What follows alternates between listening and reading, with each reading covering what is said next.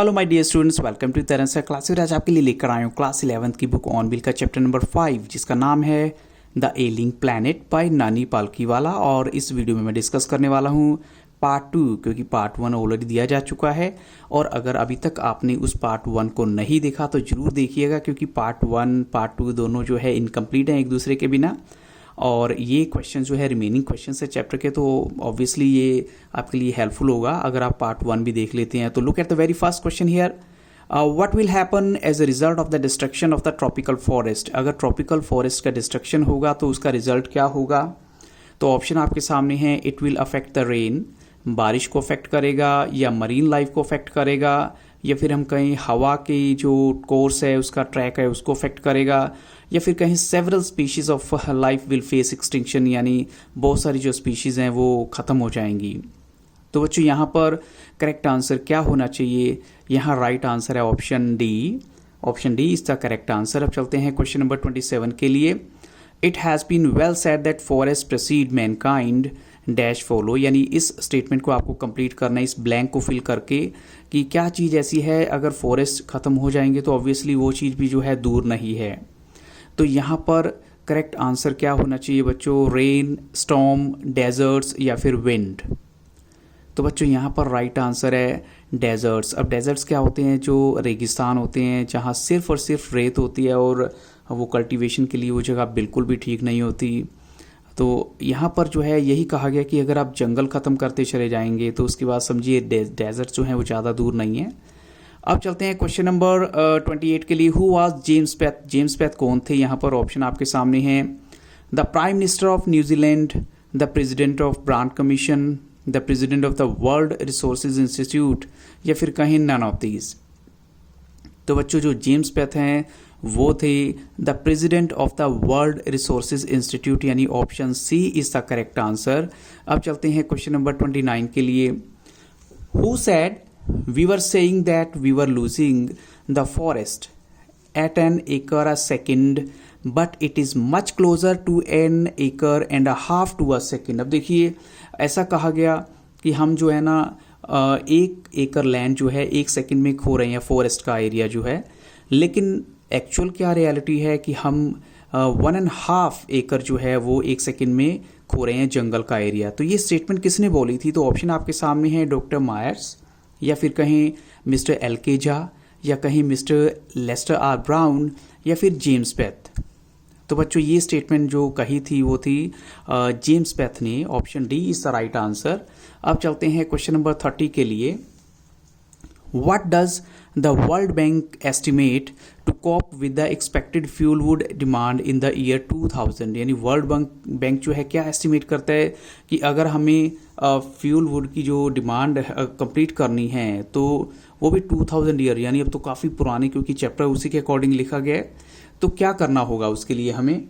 तो ऑप्शन आपके सामने है, ए 2-fold increase in the rate of forest planting is needed, यानी डबल स्पीड पे या ट्रिपल स्पीड पे कहें, या 5-fold इंक्रीज होना चाहिए, 5 गुना ज़्यादा जो है इनकी स्पीड बढ़ा दी जाए, या फिर 6-fold increase in the rate of forest planting is needed.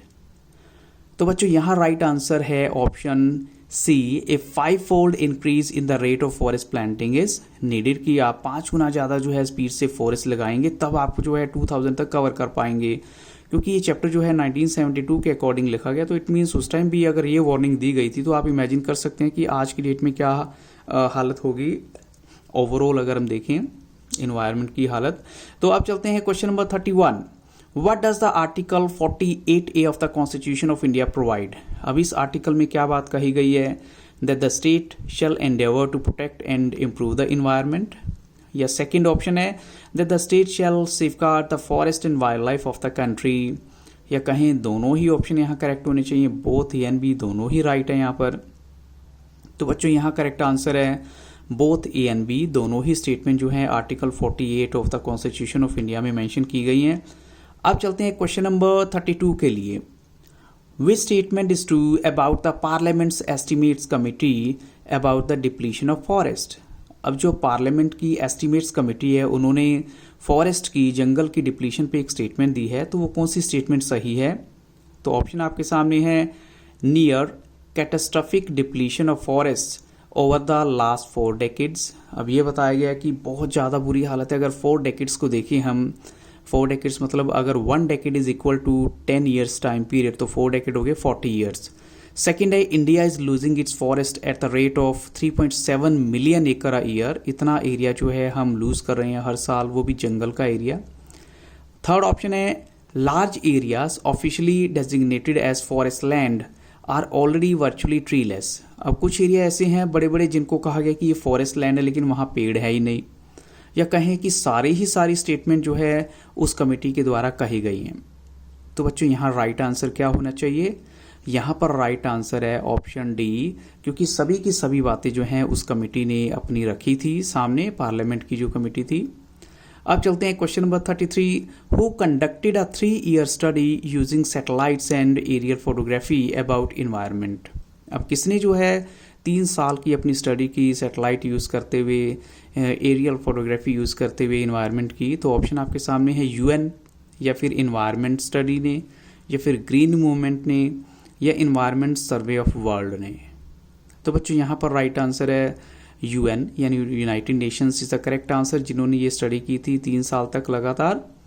अब चलते हैं क्वेश्चन नंबर 34 के लिए। According to UN, United Nations की अगर बात करें, in how many countries the condition of environment is really deteriorated and really critical.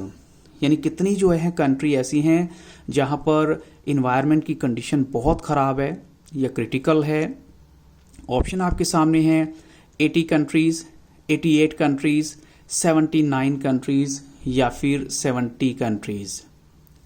तो अकॉर्डिंग टू द टेक्स्ट हमें आंसर देना है। यहाँ करेक्ट आंसर है ऑप्शन बी, 88 कंट्रीज़ जो है वो राइट आंसर है। अब चलते हैं क्वेश्चन 35 के लिए। How much time did mankind take to reach the first billion. यानी देखिए जो पॉपुलेशन की बात करें तो हमें फर्स्ट बिलियन तक पहुँचने में कितना वक्त लगा था? ऑप्शन आपके सामने है more than 100 years, over 1000 years, मोर देन 1 मिलियन ईयर्स, या फिर मोर देन 2 मिलियन ईयर्स। तो बच्चों यहाँ पर हम क्या करेक्ट आंसर देंगे? यहाँ ऑप्शन आपके सामने है, तो यहाँ पर राइट आंसर है option C, more than 1 million years का हमें वक्त लगा था यहाँ तक पहुँचने में, फर्स्ट बिलियन तक पहुँचने में। क्वेश्चन नंबर 36 है how much time does it take to increase 1 million in the world population. यानी देखो कितना वक्त लगा या लगता है अगर 1 मिलियन ऐड होते हैं वर्ल्ड पॉपुलेशन में। तो ऑप्शन आपके सामने है every 7 days, every 4 days, every 3 days, या एवरी 2 डेज। अब देखिए 7 डेज से लेकर 2 डेज तक का टाइम पीरियड है। आपको करेक्ट आंसर बताना है कि कितने दिन में हमारी वर्ल्ड पॉपुलेशन में 1 मिलियन लोग ऐड हो जाते हैं, यानी जनसंख्या इतनी बढ़ जाती है। तो what do you think the right answer will be? यहाँ पर करेक्ट आंसर है ऑप्शन बी, एवरी 4 डेज, यानी हर 4 दिन में जो है 1 मिलियन पीपल ऐड हो जाते हैं हमारी टोटल पॉपुलेशन में। अब चलते हैं question number 37। If the environmental problem does not necessarily signal our demise. Demise क्या होता है? डेथ। चलो ठीक है, हम मानते हैं कि ये हमारी डेथ को तो सिग्नल नहीं देती, लेकिन then what does it indicate? तो किस चीज़ को ये हाईलाइट करती है? तो ऑप्शन आपके सामने है it is our passport for the future, और it is a warning to us, और it is a message to us to be aware, या कहें ऑल ऑफ दीज। तो बच्चों यहाँ पर करेक्ट आंसर है option A, it is our passport for the future. यानी जो इन्वायरमेंट प्रॉब्लम है, हम ये नहीं कहते कि वो हमारी डेथ की तरफ इंडिकेट करती हैं, बट ये हमारी फ्यूचर का पासपोर्ट है, यानी हम क्या देने वाले हैं फ्यूचर जनरेशन को, ये हमारे सामने आ जाएगा बहुत जल्द अगर ऐसा ही चलता रहा। अब चलते हैं क्वेश्चन नंबर 38 के लिए। The emerging new vision has ushered in the era of. अब आपको यहाँ पर एरा ऑफ के बाद एक वर्ड आएगा और उसी से आपको उस सेंटेंस को कंप्लीट करना है, और वर्ड क्या होना चाहिए? In the era of motivation, in the era of science, in the era of technology, या फिर in the era of responsibility. तो बच्चों यहाँ पर करेक्ट आंसर है in the era of responsibility, option D is the correct answer. अब चलते हैं क्वेश्चन 39 के लिए। विच statement is true about the emerging new vision which has ushered in the era of responsibility. यानी कौन सी स्टेटमेंट जो है उस न्यू विजन के बारे में सही है? तो ऑप्शन आपके सामने है it is a holistic view, it is an ecological view, और it is like to see the world as an integrated whole, या फिर कहें all of these। यानी आज की डेट में हमारी जो सोच इन्वायरमेंट को लेकर बदल गई है, in the era of responsibility. तो इनमें से कौन सी स्टेटमेंट परफेक्टली सूट करती है, या फिर आपको लगता है सभी ऑप्शन ही यहाँ करेक्ट लगते हैं? तो बच्चों हम कहेंगे यहाँ पर राइट आंसर है ऑप्शन डी, यानी ऑल ऑफ दीज, सभी की सभी बातें बिल्कुल सही हैं। क्वेश्चन नंबर 40 है, who has to play a very crucial role in this era of responsibility, यानी सबसे बड़ा रोल किसको प्ले करना है इस एरा ऑफ रिस्पॉन्सिबिलिटी में। अब एरा क्या होता है? एरा एक्चुअल में युग को बोलते हैं, एक युग स्टार्ट होता है, तो यहाँ पर युग के लिए वर्ड यूज हुआ है एरा, यानी साइंस को रोल प्ले करना है, फॉरेस्ट को करना है, वाटर को, या फिर इंडस्ट्री को। तो बच्चों यहाँ पर राइट आंसर है सबसे जो बड़ा रोल प्ले करना है वो है इंडस्ट्री को, यानी इंडस्ट्री अगर हमारी पोल्यूशन कम से कम करेंगी तो मे भी हम अपने इन्वायरमेंट को सेव रखवाएंगे। अब चलते हैं question number 41, which statement is true about mister Edgar S Woolard, इनके बारे में कौन सी स्टेटमेंट सही है? The chairman of DuPont company, या कहीं declared himself to be the company's chief environmental officer, यानी सीईओ, वो सीईओ की फॉर्म जो है उन्होंने एग्जीक्यूटिव की जगह पे अपने लिए इन्वायरमेंटल ऑफिसर वर्ड यूज़ किया है, या कहीं दोनों ही स्टेटमेंट सही हैं उनके बारे में? तो बच्चों यहाँ पर करेक्ट आंसर है बोथ ए एंड बी, दोनों ही स्टेटमेंट उनके बारे में सही हैं।